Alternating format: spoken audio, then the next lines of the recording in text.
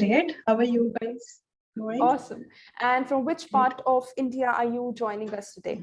I am basically from Chennai right now. And so basically from Bangalore, who is residing in Chennai right now. So awesome. Yeah. Great. So again, I would actually request you all to please feel free to use the chat box. And we will actually, we want to begin the session formally once we have the another expert of the day, Ms. Kashish, with us. And thanks a lot for switching on the video. So it looks very lively. And all right. And also, since this is discussion, please tell us what you want to discuss. And we would actually align the entire discussion, the unscripted discussion today. All right.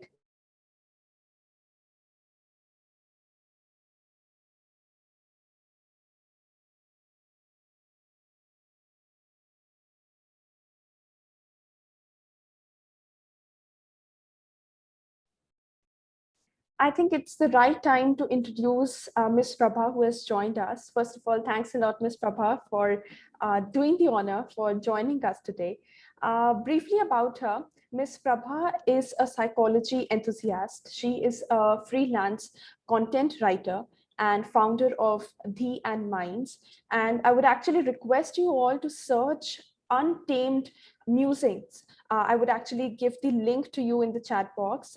Well, she's a blogger, she's a content writer, so it goes without saying that she has a wonderful website where you'll find a lot of great content, and that has actually inspired me as well during the pandemic, and that's why I actually got to know about her.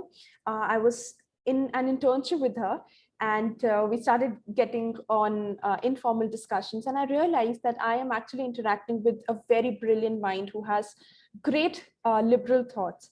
And so here we are. And I'll actually try to make this discussion, this conversation a little informal, because we have mainly youth with us today. And for youth to connect, I think informal way is better.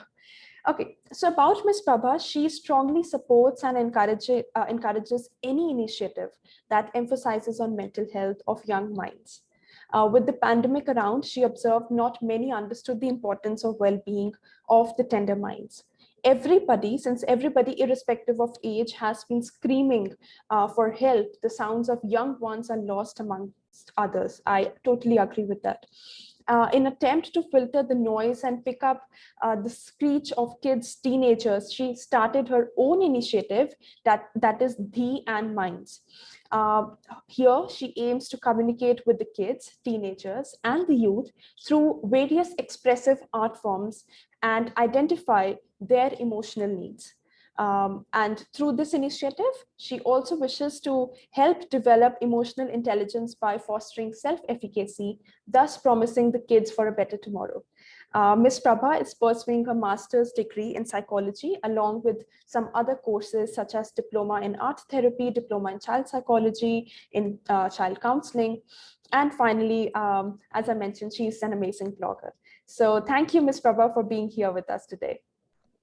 Thank you, Ananya, for giving me this opportunity to actually come out and let me actually talk about a very important thing that, according to me, is giving attention to the young minds, which is a very big deficiency these days, which is where the mental health problems are creeping out. So I have always been trying to look out for places to talk about it, to inform people that, you know, mental health issues doesn't creep up one fine day. It is a process. There is a trigger. There is a process when a person is going through a mental health issue. So I've been trying to use all sorts of platforms to inform people, inform parents, inform schools and youth to the importance of emotional intelligence. And I'm so glad that now I have an opportunity to, you know, actually talk more about it on this NGO, and maybe I can help a few of them. If somebody is interested, you can definitely contact me. And I can give you more on what exactly I'm doing, because this The and Minds concept that I'm having, which is collaborating modern psychology with ancient wisdom, also including expressive art forms, are not in India. At least so far, it has not come up in India. So this is something that is new, which I'm exploring and learning as I try to do every day. I am designing events and activities for kids as well as parents so that they are informed about the importance of emotional intelligence, as well as the kids know how to cope up with themselves, learn the basic components of emotional intelligence while also learning the basic coping up mechanism. So this is my entire idea, and I'm so glad that NGO Sarthi has given me this opportunity to actually talk about it. Wow, So thanks a thank you lot. for having me here. Thank you. And at the beginning of the session, you gave us one very important lesson of how mental health problems develop over time. They're gradual. It's not one sudden day I wake up with any problem. And thanks for that, telling us about the and minds. Actually, I was just going to ask because that's very interesting concept that I learned. And the next time, if you hear people saying that the youth of India is not up to the mark, is incompetent, you give your example and then also quote example of people like Ms. Prabha. So I think youth are the initiators, and youth is very powerful. And this is what we are going to actually talk about. We are actually going to depict through this discussion that what youth thinks. We had a lot of adult experts in the entire week, REvolve 2021. But one thing that was missing in these sessions were that does youth understand youth or not? You know, the bond that youth and youth can connect with, bind with, is really unique.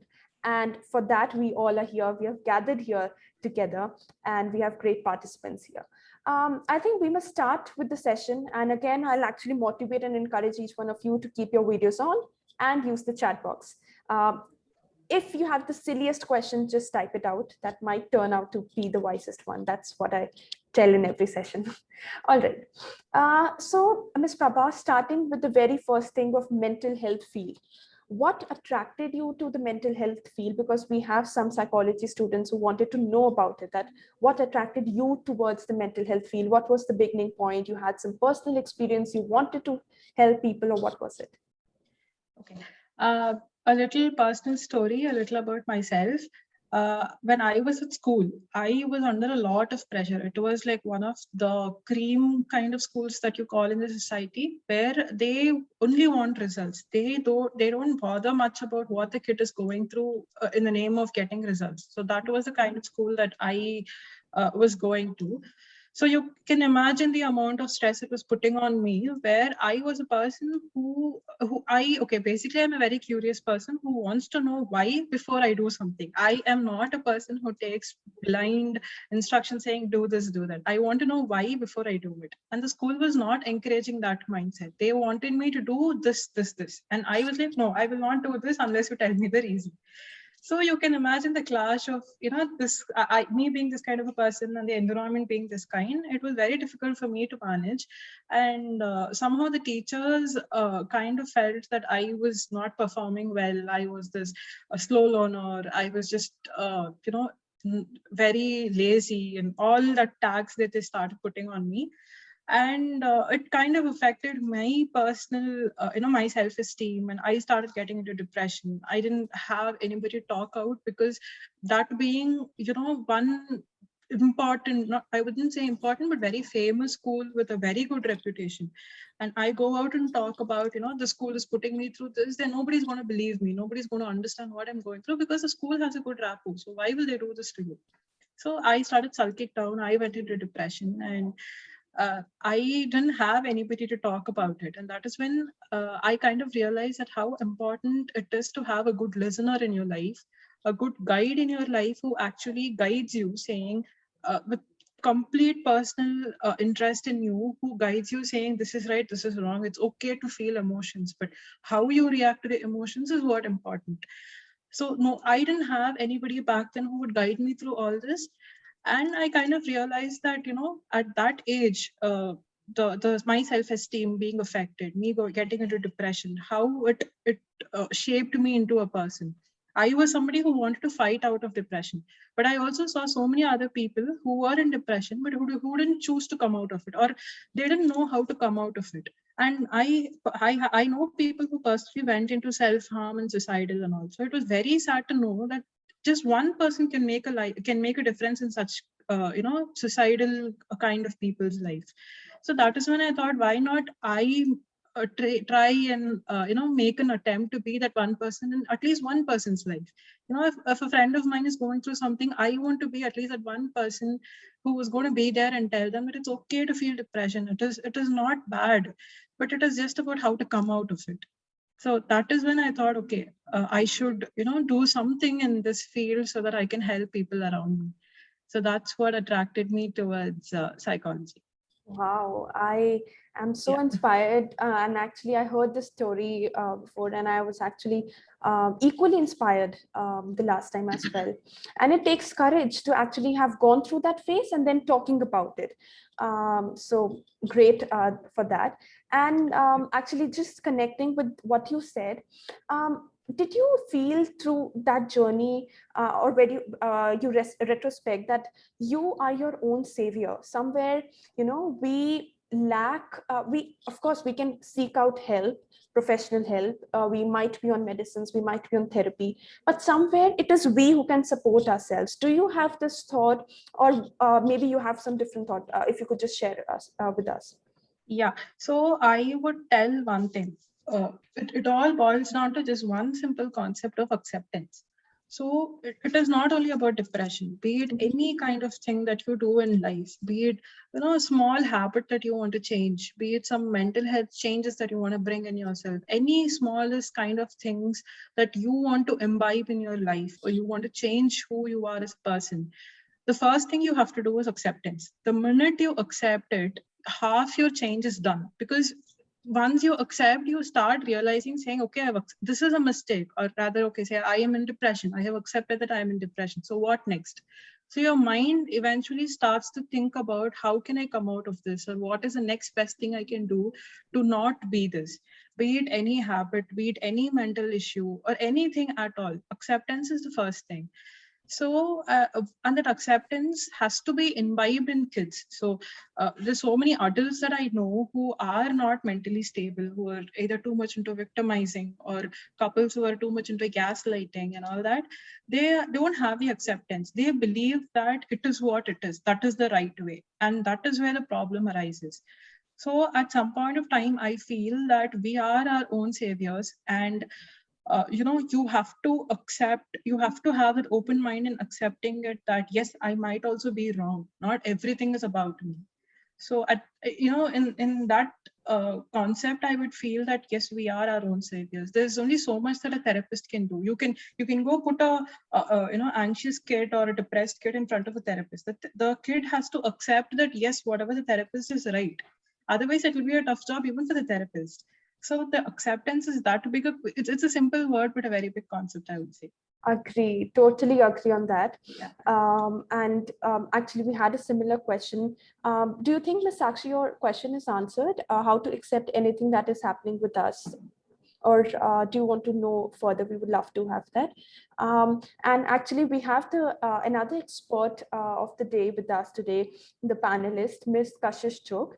And I've actually shared a few links that about her. Okay, so I think I must actually introduce her to the audience.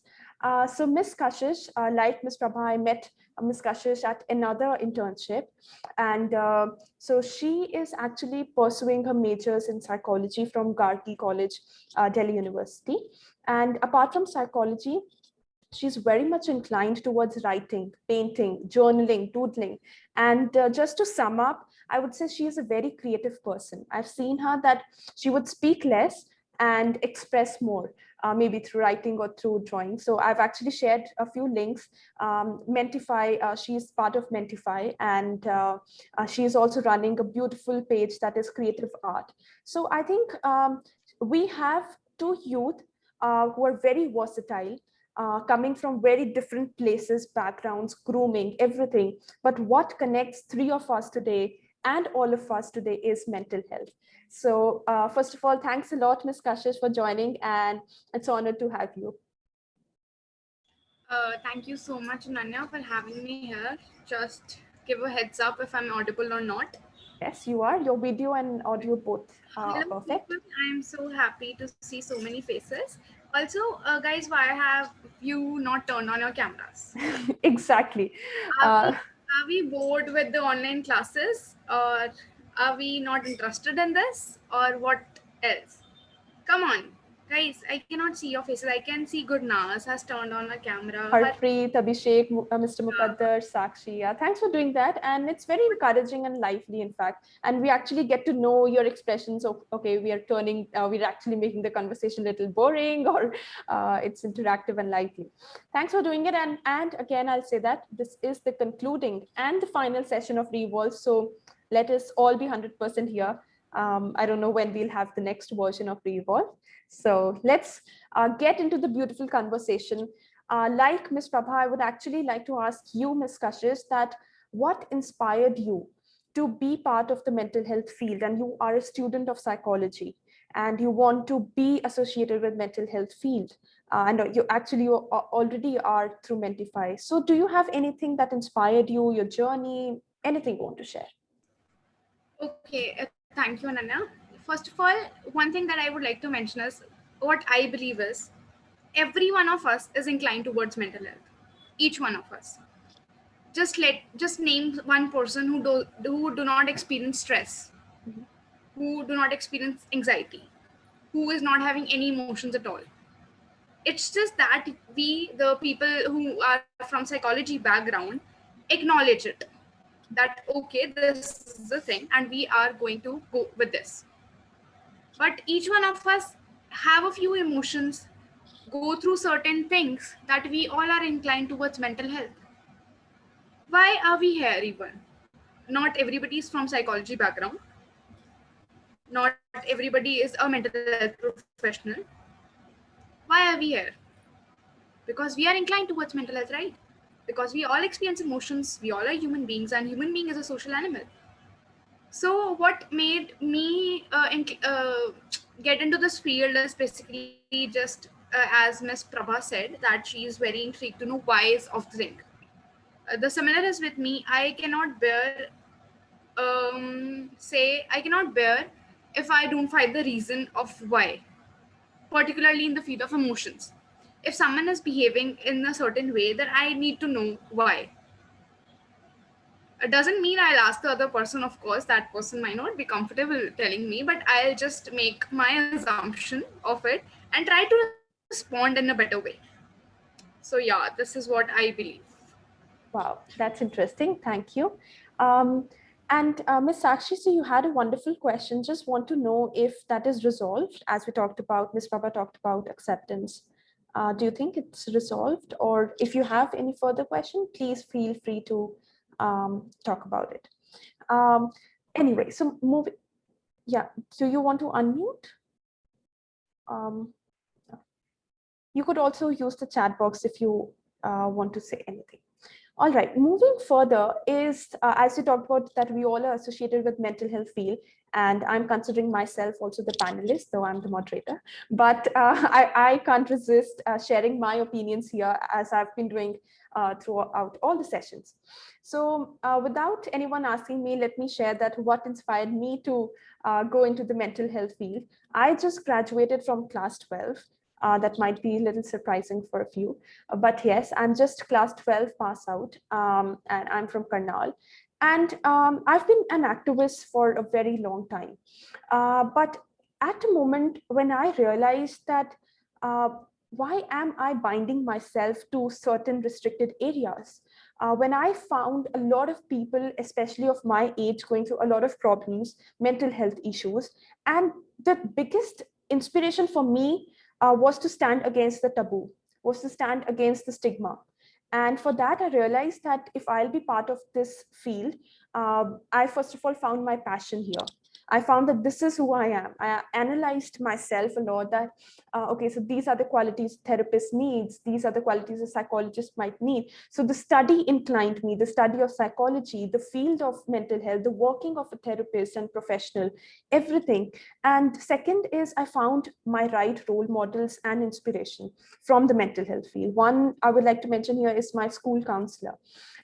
Who actually, when I was stuck up, people telling me that, oh, you scored so well, you scored 96.6 in 10th. So you're considering you'll be opting for medical or non-medical. You might be aiming to be a doctor, very common notion that we might be agreeing with. But then I realized that that wasn't my calling. going to the school counselor for a few tests, talking to her frankly. And I luckily had no pressure from my parents, who were very understanding. They said, if you want to take humanities, go with it. So I realized a very important role of that counselor in my life. And then after that, I found, as I interned at another organization and at an hospital, I found Dr. Manan Gupta. You all have interacted with him. We had a wonderful session about grief, coping with COVID anxiety. And I found a great role model in him. I could connect with him. I could understand that he is doing a great job, a service to for the people. And I think a lot of things inspired me to get into this. Talking about it, similar things, I would like to ask Ms. Prabha and Ms. Kashish, that somewhere youth is lacking role models. I talked about my role models. I might have said that I look up to some celebrity or some, the person I've not met, and somebody very huge and hype. But do you think that youth of this, the present youth is lacking role models? And do you think that it's very important to have a role model in life? Any views that you have on that? Okay, can I? Sure. Just pop in. Just make it. Yeah. Just interrupt me. Yeah. So what I believe, like, with the work that I'm doing with my DN minds as well. So I was trying to imbibe in the kids the concept of role models, because with whatever survey that I took, I found that kids look up to people like, for example, not to offend anybody, but if you have a role model, you should, at least the kids have to have a clarity of thought process as to what is it, that one thing that you admire in that person. Apparently these days, with whatever survey that I took, I only saw that their role models were, say for example, Salman Khan or Sachin Tendulkar, which is not wrong. I am not demotivating them, but what is it that you find so fascinating in them? And the reply was Salman Khan, because he is, so handsome and he is on the TV and everybody likes him. So the concept of role model itself is lost. I mean, you don't select somebody as a role model only because they're looking all fancy and, with all fan followings. It is, the concept is, the basics is wrong there. So I feel that, kids have to, or rather the young minds have to be informed about what is the concept of, role models, so that they have a clarity of thought process as to, okay, these are the criteria that we have to see, and not some, celebrity who is having a chilled out life. Yeah, so, totally. Maybe someone we can connect with, and we know their personal and public life, the one who's not behind the screen. And any add-ons, Ms. Kashish, if you want to. I completely agree with you both. The point is that abhi parenting ka session tha, right? Yeah. Okay, I'll include Hindi as well as English. I don't want to... actually, the audience wants that. So we have a mixed audience who wants complete Hindi, complete English. Yeah, definitely. Yeah, exactly my point. So I was saying कि अभी parenting का session था, the Dr. Robin, he mentioned that हम parents जो होते हैं, वो बचपन से अगर depends कि बच्चों को खिलौने लाके देते हैं, तो child will of course incline towards that. And if they get them storybooks or something, the child will incline towards that. And we all know that 1 to 5 years is the foundation of a complete life, especially the late teenage and the early adulthood. और इसी as में हमें role model की सबसे ज्यादा जरूरत होती है. So one point that we can consider is कि parents should be aware of what they are doing and what are the consequences of the things they are doing, right? Another thing is role model should be हम school में भी ना, school में teachers used to ask us who is your role model, and they legit promoted us to have role model like celebrities or something. They never told us that role model can be a normal person. We are conditioned in a way that a role model should be someone like, glamorous and all happy thing. But no. Just let me know one thing. How can you follow someone जिसकी आपको दोनों sides ही नहीं पता? The struggles they are having and the success stories they are having. We just know the success stories of the celebrities. We don't know their struggles. So I completely agree with Ms. Prabha that the concept of role model is not properly laid in the minds of people. Right. Yeah. and therefore we are, in a wrong direction, going in a wrong direction. So yeah, the role model should be someone, anybody. Role model can be legit anybody. Doesn't matter if he's a celebrity or not. Can be your family member, can be your teacher, can be your friends even. Exactly. The Yeah. age of the role model doesn't matter. Mhm. How much you connect to them matters. So Definitely. I would request you all to reconsider certain things in your life. Yeah, and here we are actually in the right direction, especially the audience here. REvolve, the tagline is unlearn and relearn. So I think we all are in the right direction. And all right, so talking further about it, we all are youth and we understand that there are both aspects to our life. One is that there is the amazing trend going on. We have the celebrities doing that, we have influencers doing that, the way of dressing up, the way of leading a lifestyle, the way we think, the way we carry ourselves, everything. And on the other extreme is, just being away from the entire herd and being that person on the road less traveled.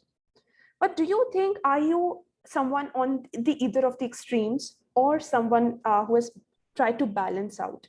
And what are your opinions? Because I don't think it's wrong or right. We are nobody to judge, and we are nobody to actually put anybody in those boxes. But I think what is comfortable for us to lead a happy life is somewhere balance. So do you think that you found your balance, or you are trying to find your balance in life, and what's your opinion on that?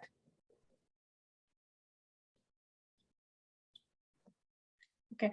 I definitely feel a balance is important because, like, for example, there's this, what do you call a concept, but this is something that we learn in child psychology saying up till almost 3 to 5 years, the kid is not aware about both the sides of equality, that there is good and bad. They only know that there is good, there is bad. So if the child is nurtured that way, and the child is not taught about good and bad, a person can have good qualities and bad qualities. If that is not imbibed in the kids, it will be a disaster for the kids future. So the same way, so the same concept applying here on a bigger note is, yes, there are going to be trendy sides which is all attractive and where you want to be a part of it because you want to be all trendy, and there's this other traditional side of yours where actually you feel more connected sometimes on that note.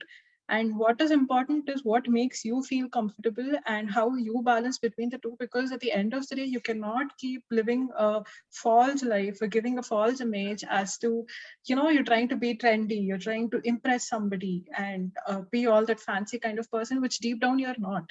So what is important is you sit down, as in a person sits down, realize and resonate, saying what is it that he or she wants in life, so that they can choose the path accordingly, and of course live a balanced life on both the sides, so that they're not considered as not a trendy person, at the same time not a very conventional person.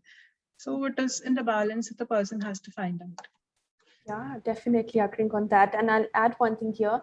For a very long time in the school, I've been called that nerdy, the first bencher, the teacher's favorite, because I have been groomed in a certain way. I'm a daughter of teacher parents. I've been groomed in a certain way where I was gifted books on my birthday, or where I was taken to orphanages and old age homes on my birthday. So I've been groomed in a certain way. But when I realized that what is right or what is wrong, after I guess 15 or 16, you actually realize you're in that stage where you're identifying yourself, who you exactly are. I realized that I was very comfortable in the skin. If I try to be somebody else, if I try to be that cool person, actually, I don't know the definition of cool. I think I'm cool in my own way, and you're cool in your own way. But if you try to be that trending and that person following the herd, I felt very uncomfortable. I feel comfortable being just the simple person who I am. And I think it's all about understanding yourself and not losing yourself, because you are very beautiful, you are very precious. And if we lose ourselves, it would be painful. So, do you have anything to add, Ms. Kashish, on? Yeah. Yeah, I would like to say, first of all, not all trendy things are bad. Not all Definitely. trendy things are good. Mhm. In fact, good and bad is very personal. right? We think something is good for us, maybe it is bad for somebody else. So what I would say is there is no harm in pushing your boundaries. Say you are happy staying at your home, and your friends are someone who parties and do things, and they are forcing you to be there once at least. So I guess it's okay to push our boundaries at times, but we need to set. It's okay to push our boundaries sometimes because maybe our friends really want to enjoy with us, like to keep their heart ki haan theek hai, if you want me to go, I'll go for once. But you should not forget your roots. That Exactly. is it ethical to be there or not, right? So I guess you can be with the trend and be connected to your roots as well. First, most important thing that you need to consider is ki you should be okay with the thing that you are doing. If you want to go and party, just go, and just make one point to your friends that if I don't feel comfortable, you have to support me in that case, and I'll come back. Set boundaries for yourself in a way that you don't hurt others and you help yourself develop.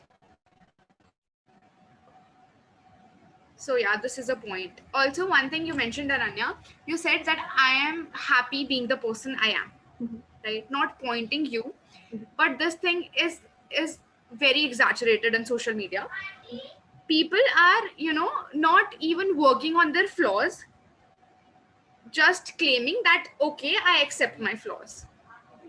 There is no point in accepting flaws if you're not ready to work on those,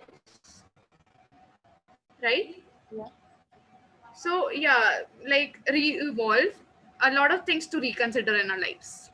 We need Wow. to decide for ourselves what is good, what is bad.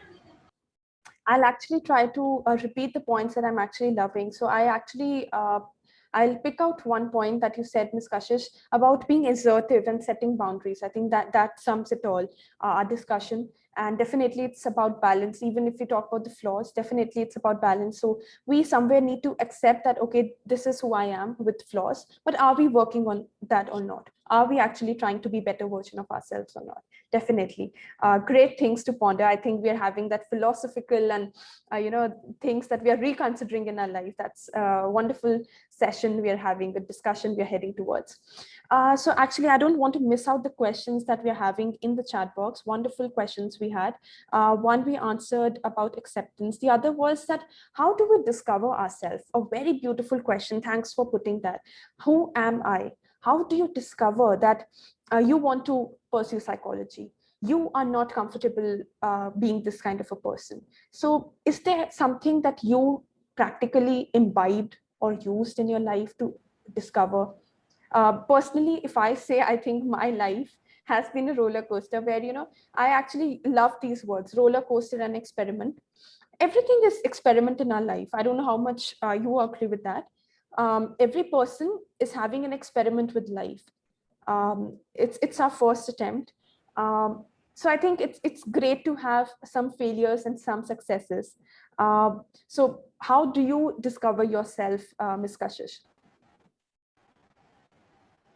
Okay, for me, I am the person who loves to be in her comfort zone, Mm-hmm. and I hate getting out of it. Okay. But we have to, right? So for me, what I follow in my life is, if I am reconsidering certain things, then I won't be doing it. See, if it's a yes, then it's a yes in one time. Okay. And you have to and if you have to constantly force yourself giving the pros and cons, then don't go for it. Just don't. I follow this in my life. If it's a yes, it's a yes for me in the first time.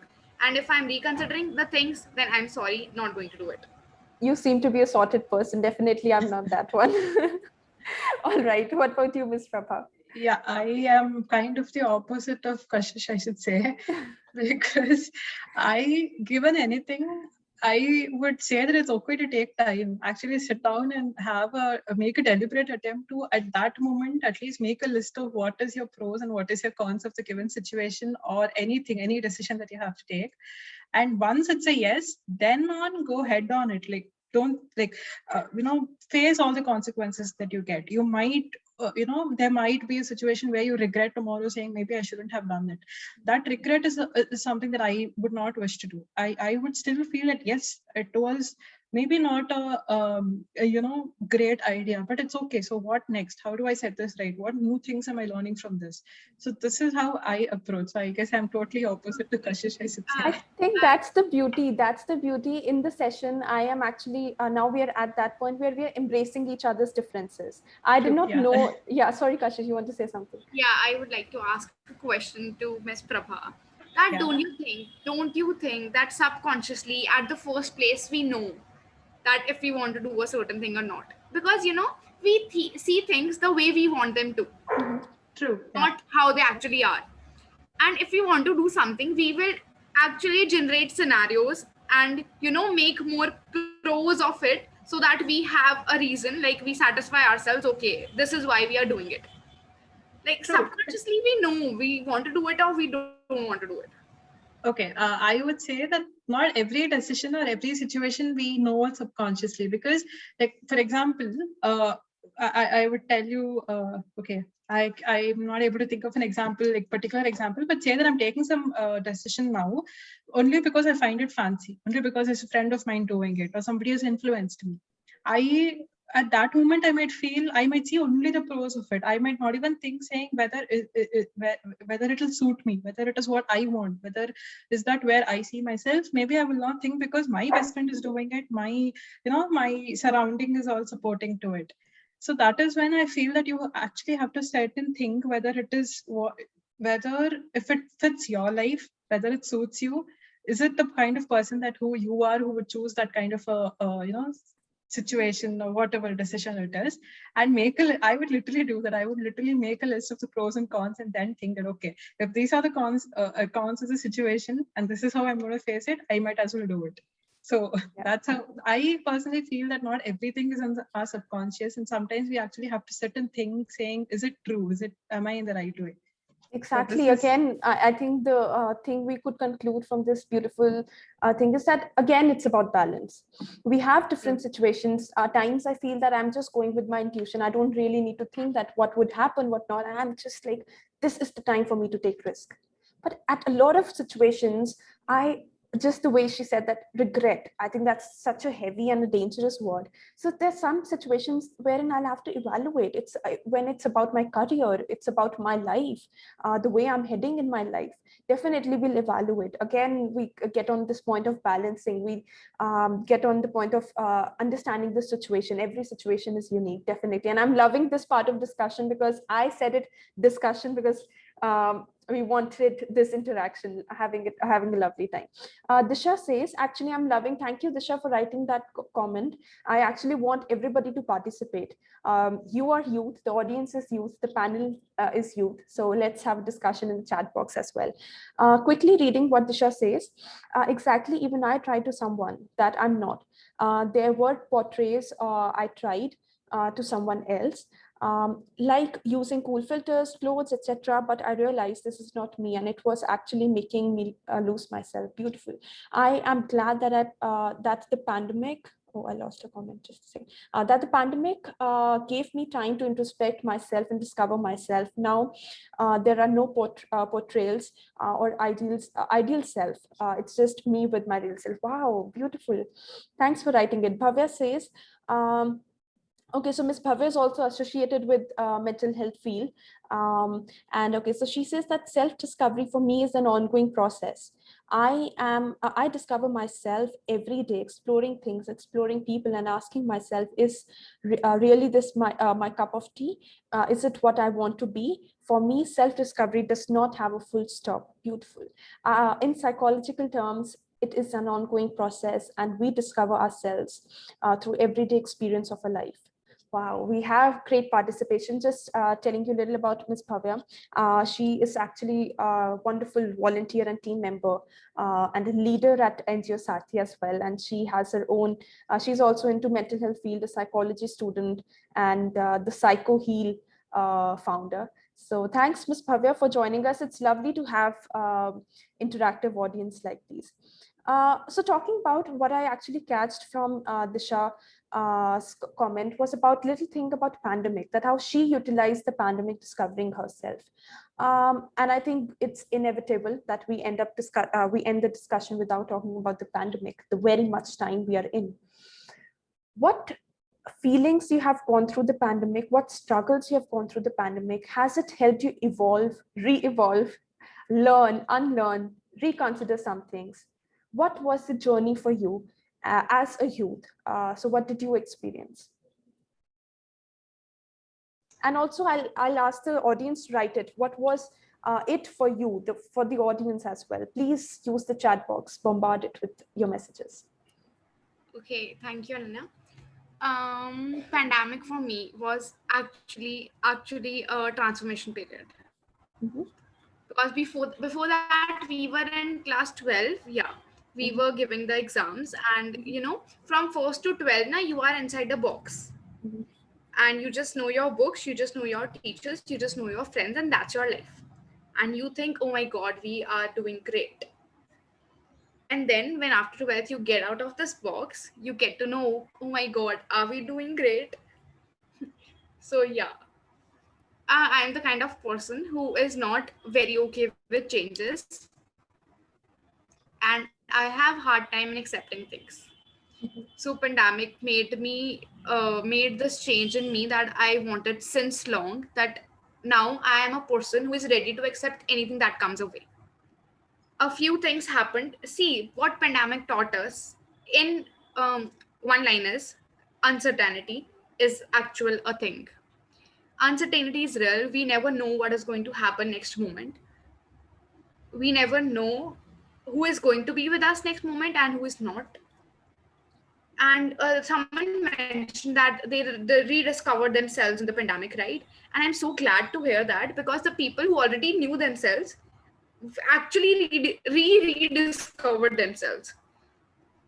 So it was a great time. Not a great time for many of us, but I am very sure that all of us learned something.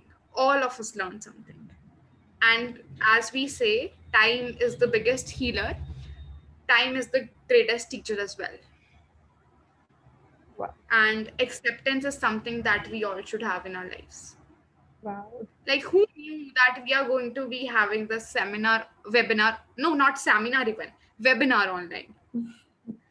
Like, literally, we have forgotten to get ready early in the morning, dressed up, completely dressed up, and walk to the school in a line, and wishing teachers good morning. Like, no, that is not our cup of tea now. I'm actually experiencing that social awkwardness at times when I'm actually hanging out with a couple of people. I'm like, what next? What should I be talking about?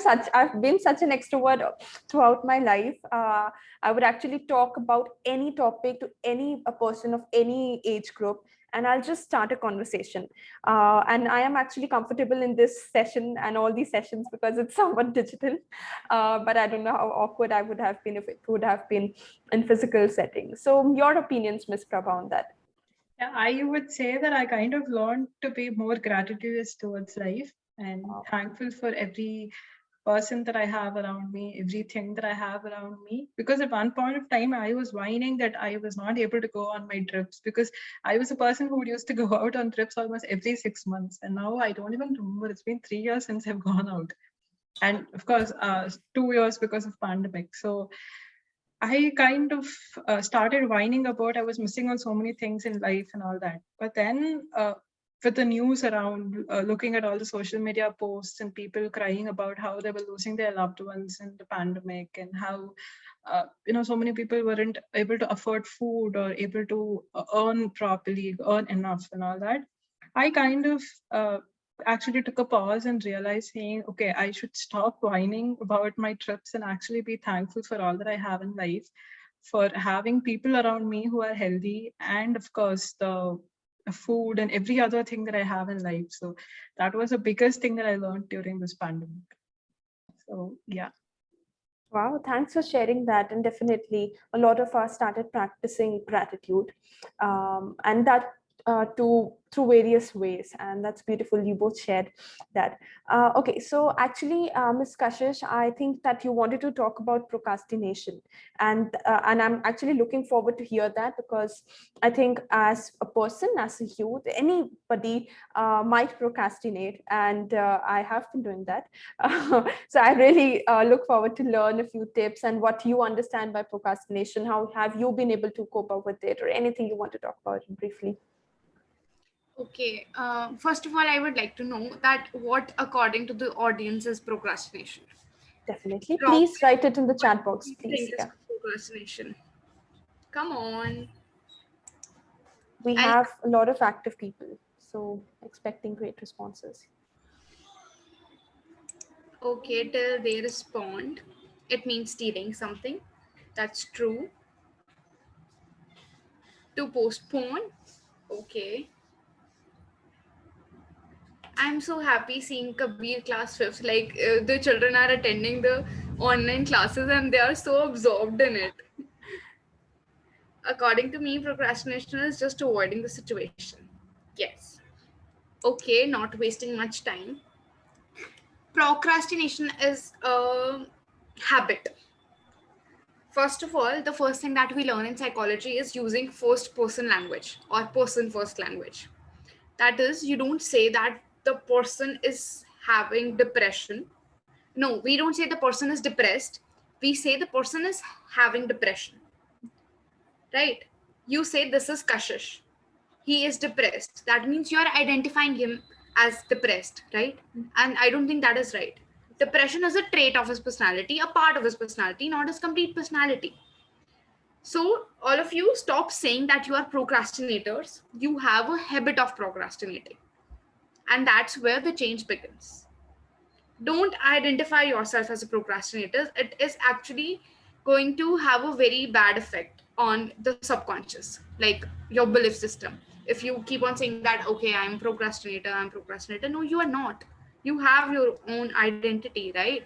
It's just that you have the way you have habit of waking up early or staying up late till night. This is a habit, and we all can change our habits.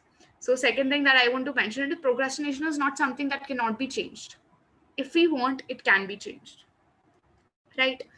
Another thing that is, okay, there are three things that works in changing a habit, right? Scientifically, there are three things that we need to look on if we want to change a habit. First is the trigger. What is a trigger? Like, why are we following a certain habit?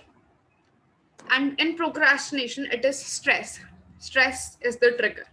Whenever we feel stressed, whenever we think that, okay, what is going to be next, we feel anxious, we feel stressed, we start procrastinating things, right? Second thing that happens in the habit is the pattern, like pattern of thoughts or pattern of your behavior. In procrastination, that is delaying things. You delay things, right? The trigger is stress, and then you delay things. The third thing is we get a reward. Say you have a habit of staying up late till night, right? The trigger is that you don't get enough, maybe the trigger is that you don't get enough time in the day to spend with yourself, या घर में शांति नहीं होती है या कुछ भी, or you want to do something that can happen only at night when nobody's around you. That is your trigger, right? And what is your habit, like what is the pattern that you stay up till 1, 2, 3, or 4, and the reward is you get what you want. Like you are able to cope up with your trigger. Okay, I was not finding peace in the daytime, so therefore I am having this reward that I will stay up till late, and the reward is that I get my time, right? So same it with procrastination. We are stressed about a particular situation, and then we procrastinate. That is our pattern. And then the reward is we are relieved from stress. We get a temporary relief. And we all love to have a short-term vision and not a long-term vision. So we love that temporary relief that we have. So, okay, according to psychology, we have 5 seconds to react to a particular thing. Okay. Next time when you think that you are procrastinating, just pause. 1, 2, 3, 4, 5, count. Take a deep breath and then think that is it worth it to procrastinate this thing? And think about the long-term consequences. Because we are so conditioned to think about the short-term consequences that we forget that in future we have to pay for it. Not going in a deeper thing. Say example, all we are having a college assignment, school assignments and everything. Right? We have an assignment deadline at 16th July. We want to do it from like the week before कि हमें सब कुछ पूरा proper plan करके चलना है, and we will plan. For God's sake, we will plan. But the point is, are we sticking to the plan? For me, it's a no. It's a complete no. Literally, if I have my assignment due at 12 p.m., I'll start doing it at 10 p.m. We all have our flaws, and there is no harm in accepting those. Somebody mentioned in the chat box, how do we accept ourselves? How do we accept ourselves? Yeah, somebody mentioned in the very starting, how do we accept ourselves? So accepting ourselves is letting ourselves be. If you want to cry, then please take a time for yourself and cry. आपको market जाना होता है, आप उसके लिए time निकालते हो ना कि okay we are getting ready because हमें मार्केट जाना है. आपको रोना है तो get into a room and cry, or go to your go-to person and cry. First, start understanding what is happening and come out of denial. Right? Second thing I want to mention here is there is not one type of procrastination, there are two types of procrastination. Before that, let me tell you a story. What is a procrastinator and what is a non-procrastinator? Imagine a box that is our mind, okay? Mind of a human being. Talking about the mind of a non-procrastinator. That will, okay, consider a ship. Ship. There is a ship and there is a sailor, and that is your mind. Like we are, imagining it as if that is your brain or mind or how you work. Okay? जो procrastinator है, उसके mind में दो चीजें होती हैं. One is the sailor that works on the rational things. And second thing is a person who loves instant gratification. Gratification is basically जो instant आपको खुशी होती है ना कि okay I did it. Right? कुछ काम करते ही एकदम से खुशी आती है ना कि हाँ मैंने तो कर दिया. अगर आप डेडलाइन से 2 घंटे पहले काम शुरू करके उसको फिर भी पूरा कर रहे हो तो आपको बहुत खुशी होगी. जो टाइम पे पूरा कर रहे हैं उनसे ज्यादा खुशी होगी, और उनको खुश होकर बताओगे भी सही कि आप मैंने तो 2 घंटे पहले शुरू किया था and still I completed. That is instant gratification. And non procrastinator के माइंड में सिर्फ एक रैशनल वाला होता है. राइट? अब see there are two things in the procrastinator's mind and we need to convert it into the one thing. तो अब किसी चीज को हटाने के लिए we need a outside force. वो outside force क्या होती है? हमारा स्ट्रेस. ऐसा नहीं है कि हमें काम करना नहीं आता है, पर हमारे ऊपर कोई आउटसाइड फोर्स नहीं है कि हम अभी इतनी जल्दी काम क्यों शुरू करें. राइट? वो फोर्स होती है हमारी deadline. Deadline gives us anxiety, it gives us stress, it gives us panic attacks. और फिर जो होता है वो जो हमारा इंस्टेंट ग्रेटिफिकेशन वाला पार्ट होता है उसको हम भगा देते हैं एंड रैशनल वाला पार्ट रह जाता है. इसलिए फिर हम 2 घंटे में असाइनमेंट पूरी कर लेते हैं. अब ठीक है, अब आपके पास डेडलाइन थी तो आपने इसको भगा पाए. आपके पास आउटसाइड स्ट्रेस, आपके पास आउटसाइड फोर्स थी इसलिए आप इसको भगा पाए. पर व्हाट अबाउट द थिंग्स जिसकी हमारी लाइफ में कोई डेडलाइन नहीं होती है? There are a lot of things that we want to do. Say a job you want to get. आपके पास उसकी कोई डेडलाइन नहीं है कि आपको वो जॉब 25 years तक चाहिए, 26 years तक चाहिए, क्या चाहिए. Right? So there are two types of procrastination. One that is with the deadlines, जिसका effect हमें जल्दी दिख जाता है and we are able to cope with it. पर जिसकी deadlines नहीं है उसका क्या? Literally, think about things in your life that you want to do, but you don't know when should it be completed. और जब तक deadline नहीं आएगी, हमें आदत ही नहीं है वो पूरा करने की, तो हम कैसे करेंगे? So 2 solutions for it. I took a lot of time, I guess. 2 solutions for it. One, if you think that you are not able to cope up with the procrastination ऐसे ही like बहुत जल्दी, तो start having deadlines for things. जिसकी deadline नहीं है उसकी deadline खुद से बनाओ, ताकि वो outside force की help हमें जरूरत पड़े और हम अपना काम अच्छे से कर पाए. या फिर आपको अपने आप को इतना strong बनाना है कि आपको deadline की जरूरत ही नहीं पड़े. You have to be true to yourself. दुनिया ना हमें गिल्ट ट्रिप में डालने में बहुत एक्साइटेड रहती है. आपको बहुत लोग ऐसी बातें बोलेंगे जिसमें आप 1 मिनट में गिल्ट ट्रिप में चले जाओगे कि you can not stick to your words, तुमने ऐसा नहीं किया वैसा नहीं किया. We can not change them. पर हम खुद को क्यों गिल्ट ट्रिप में डाल रहे हैं ना प्रोक्रास्टिनेट करके. ऑफ कोर्स अगर आप अपने फ्रेंड्स को बता रहे हो ना कि आपने 2 घंटे में असाइनमेंट किया है, फिर भी आपके मन में रिग्रेट रहेगा कि यार उनसे कम होगा मेरा काम, क्योंकि उन्होंने जिस काम में 1 हफ्ता लगाया हमें 2 घंटे लगाया, तो क्वालिटी में तो फर्क आएगा ना. Nobody have superpowers कि आप ऐसे ही compete कर लोगे. We have heard of a story of a rabbit and tortoise, right? One is consistent efforts and one is overconfidence.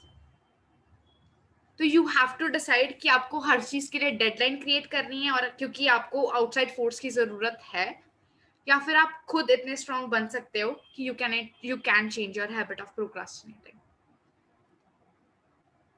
This was all from my side. Wow, I honestly loved it. And actually, a lot of points I learned, honestly. And I was actually looking forward to hear that from you. When I heard that, okay, he'll be talking about procrastination, I was like, I am in it. I want to learn.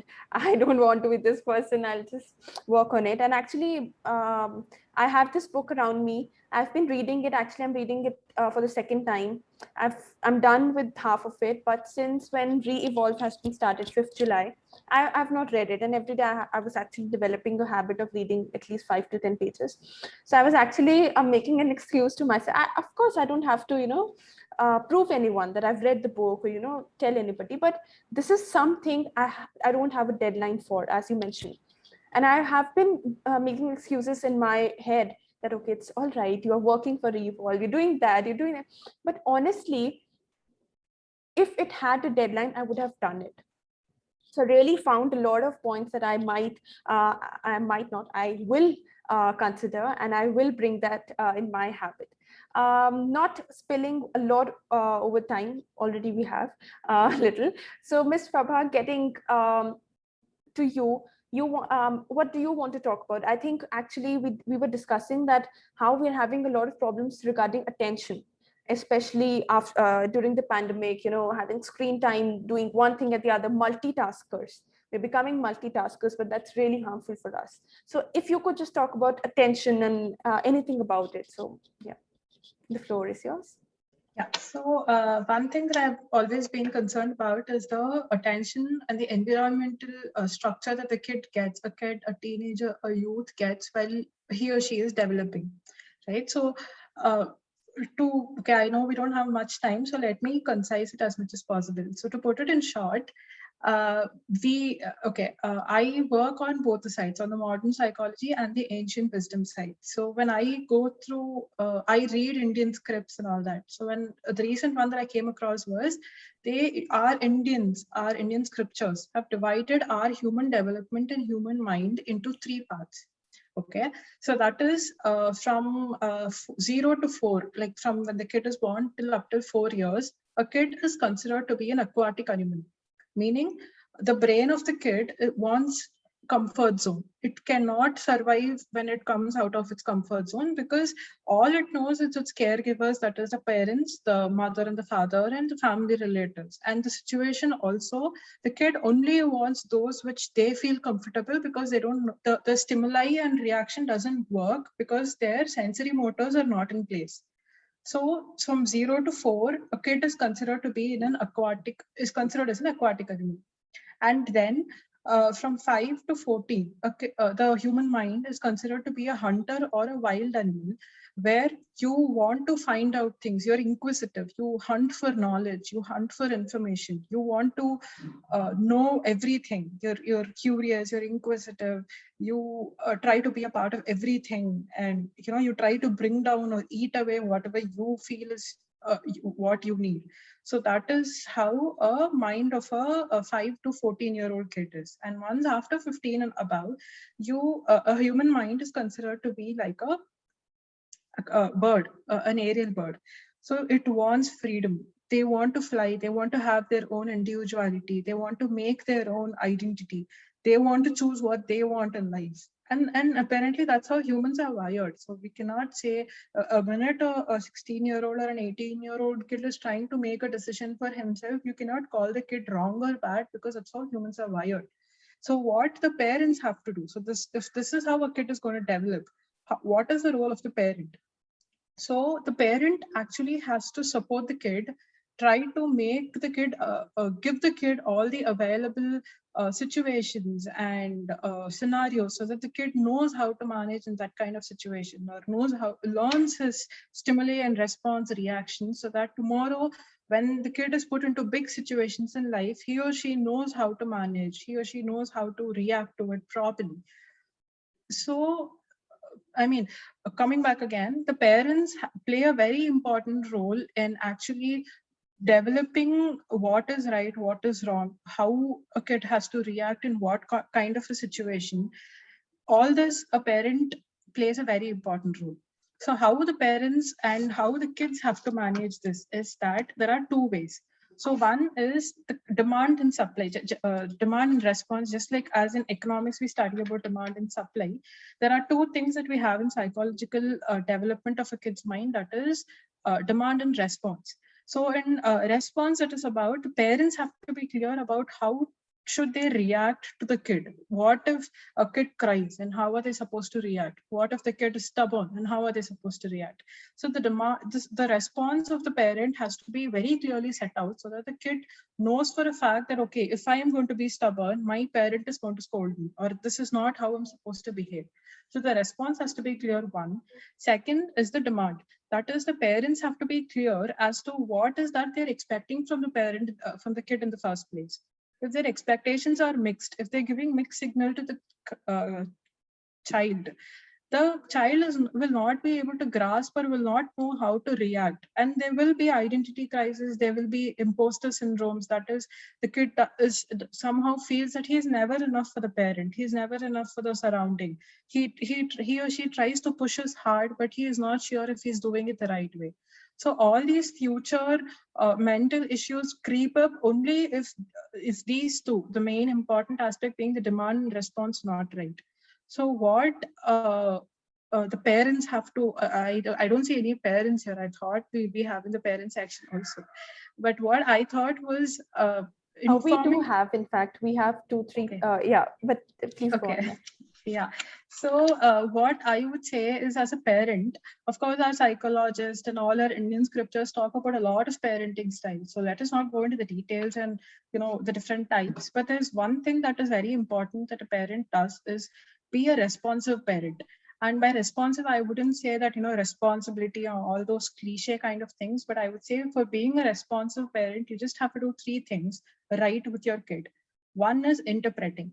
You have to interpret right what your child or kid, the kid's cues, that is the behavior, the body language, the gesture. If the kid, like a newborn kid will never be able to talk about his hunger, will not be able to tell that, some part of his body is aching.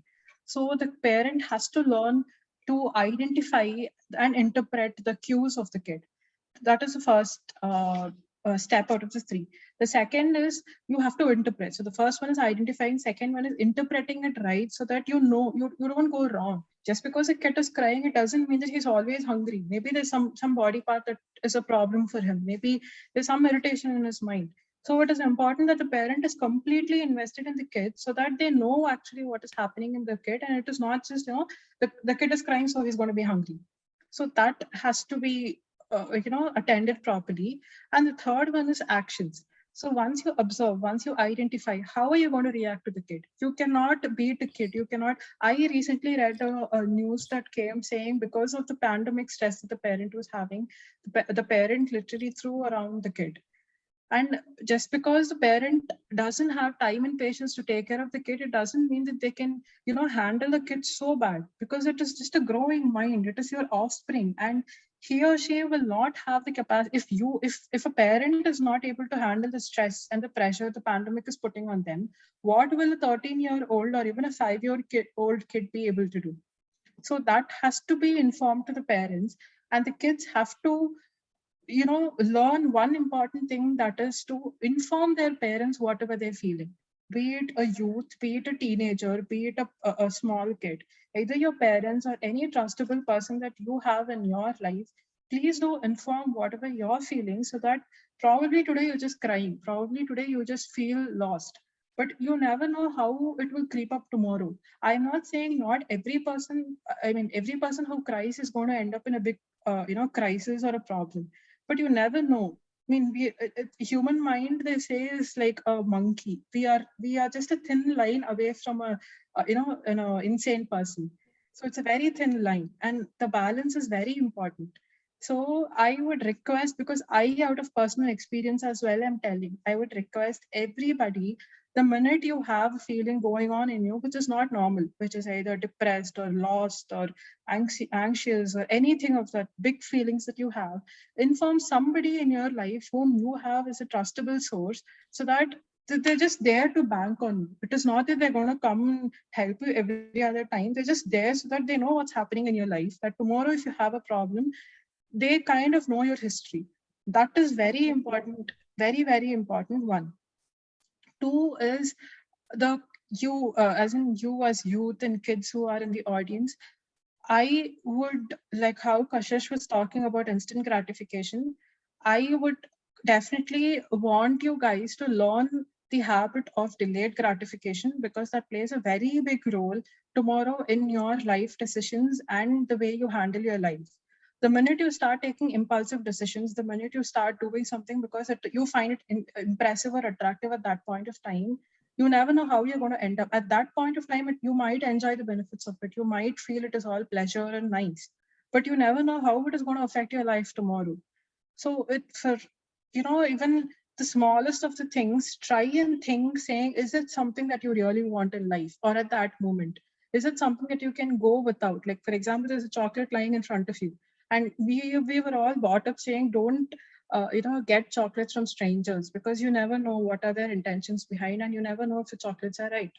So just because you find a chocolate in front of you, don't just go run grab it because it's chocolate at the end of the day. Think, is it really something that you want? I mean, kids are of course going to run towards it because they're inclined to such kind of candies and such kind of stuffs. But even teenagers, because I recently read another news which was very disturbing, where a 12-year-old girl was given such kind of chocolates and candies, and then she was later infused mentally, and I don't know the details of it, but she was physically harassed later, and it all started with just a chocolate. So it can be that dangerous. It can, your instant gratification can affect your life to that big an extent. And the last thing I would say is, with pandemic around, please take time to actually switch off your digital media, your phones, your laptops, and all that. Sit down and spend some time with your family. I'll give you one small example that I read saying, I guess last month sometime, a 22 months old kid was diagnosed with a behavioral disorder. And by behavioral disorder, I mean his conduct disorder, and his learning abilities and his speech abilities were reduced, and he was getting into regression. And by regression, I mean this kid started going back in his mental development. A kid is supposed to go forward, right? The kid started going back. The reason was purely because of the laptop and iPads that he was using for the sake of distraction, because the parents were both working and they didn't have time and patience to invest in the kid. And so one day the kid was talking, say some 15 words, And like a week later, the kid was talking only 1 or 2 words. And that is when they rushed to the hospital and they found out that the kid was mentally affected and the kid had a behavioral disorder. So if that can affect a 22-month, if digital media, if all this technology can affect a 22-month-old kid to this extent, you can imagine how much we are investing our times and energy in the technology and in digital media, and how terrible it is on our mental health. You will not realize it because, again, it is another instant gratification, but you will never realize until you're there, going through something, and then you sit down and regret saying, maybe I shouldn't have used it. So I know there are a lot of youngsters, youth, and children here. So please switch off your mobiles, switch off your laptops, and whatever digital stuff that you have, switch it off at least for an hour before you sleep, and spend time with your loved ones, your parents, your siblings, with somebody whom you love around in the house, and then go to sleep. So wow, thank you. That was so insightful. I would the right word I would use here is insightful.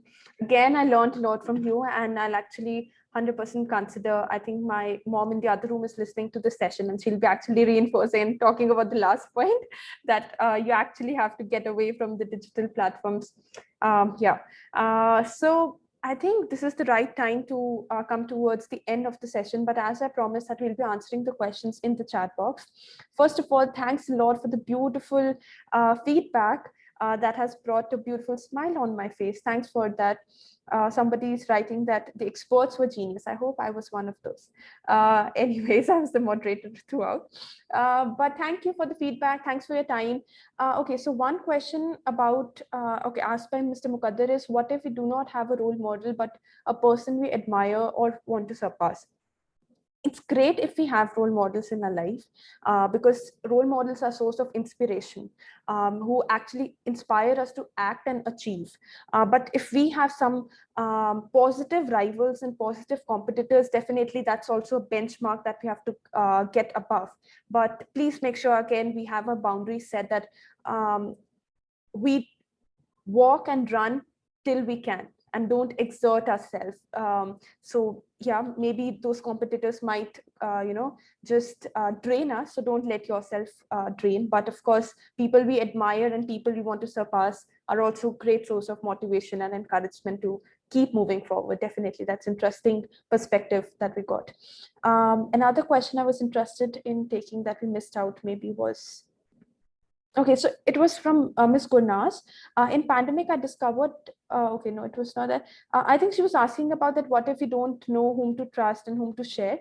So of course, as both of them said, that you could find somebody from your life whom you could trust. But for those who cannot find and look for that person that you have a shoulder to cry on, then definitely go and seek out help, in the sense that it's not always professional help is they'll get you, on medications or on therapy. It might be just a session to talk about your life, and you get some direction and solution in life. And that's also very positive action. That's part of self-care. That's part of self-compassion, that you're taking an action for yourself. And I hope the Ms. Prabha and Ms. Kashish agree upon that. I would like to mention Mentify here that it is a community for all of you people where you are not going to be judged. You can come and share anything that you are feeling, anything. If you want solutions, we have solutions. If you just want anybody to just, listen to what you have to say, then please visit that page. Definitely. Yeah. Yeah, I would again tell you all about, one is Mentify that Ms. Kashish is running. So please go and search on Instagram. The other I would tell about is blogging website full of ideas and information run by Ms. Prabha, that is Untamed Musings. Go and search it on the net, and you'll find amazing content, uplifting content. And actually, I'm not able to find the question. If it's really important and something you want to, actually, I don't know, there's a lot of chat in the chat box. I actually thought of answering that particular question as well. But anyways, I think we're done with it. So first of all, thanks a lot, everybody for, okay. So do you think role model play a vital role in our life? Definitely, as we discussed the role of role models, definitely it's very important. It's all about आप inspire होते हैं उनसे. आप समझते हैं कि it's about their struggles, it's about their happiness, it's about this successes, it's a mixture of all of those. और जब आपके पास होते हैं वो role models, आप relate कर सकते हैं, you can feel inspired every time. Otherwise, if you have somebody behind the screens and somebody just a celebrity, so आप जान नहीं सकते that there are lows as well, because the digital media will always show the ups and the smiles and the super cool and happiness mode of everybody. So definitely having role model adds a purpose, adds a meaning. I think we got to keep a special exclusive session for to answer that, how to choose right role models. Okay, I don't think that it's the right time to pop in with the questions. If someone is demoralizing us again and again, so should we tell them or ignore them? Well, that depends. I'm not an expert, I'm not a professional here, but what all I can tell just from my little experience of life is just that that depends on situation, whether that person is worth to be ignored. If that's a family member you're living with, you can't ignore literally. You'll have to accept that person, live with that person, maybe be polite enough to convince that person, develop those kind of communication skills that you can politely, peacefully talk about those things. Or maybe when you have to stand against particular things, you have to resist, then you do. But see that you're doing it at the right time with the right people. Don't bang your heads against wall. Don't fight against the random society, the people that don't matter in your life. Because if they are today, they'll be clapping when you will achieve something. They'll be back to you when you failed at few times. So I think make sure that you're talking to the right person. If they matter, then surely sort out the issue. Otherwise, just ignore and move ahead. Life is beautiful and worth moving ahead. All right, so coming to the final end of not only the session, but also REvolve 2021. Thanks for making it successful. I say it's successful because the feedback we have got, the smiles that I can see every time on the screens, I think that makes REvolve, the initiative of Sarthi, successful. So thanks for that support, motivation. I am really, really grateful to each one of you, especially the experts that we had each and every day who took out time for us and inspired all of us. So thank you. Thanks for joining us. Keep supporting us. And if you're not a member of Sarthi, you want to contribute in any way, you want to volunteer, be a team member, just go and search ngosarthi.org or maybe NGO Sarthi on Facebook and Instagram. And be the person that is evolving, be the resilient youth. It's okay not to be okay. There are a lot of things I can say, but finally, I don't know, the last final line to conclude is thanks a lot. Thanks a lot for being with us. Thank you, Ms. Prabha. Thanks, Ms. Kashish. It was awesome. Thank you so much for inviting Ananya. We had a lovely audience, and Definitely. hope REvolve made some difference in your lives, and you start on working on the things that you want to. Exactly. True. Bye. Thank you for having me, Ananya. Thank you. Exactly that Kashish said. I hope there's some change, some perspective given to people who are actually attending this. Definitely. I got a lot of perspectives and I learned a lot because I was the one attending all the sessions, of course. So I could gather the most. I have that juice of every session. And yeah, if not now, then when? REvolve, unlearn and relearn. Keep evolving. Thank you. Goodbye, everybody. Thanks a lot.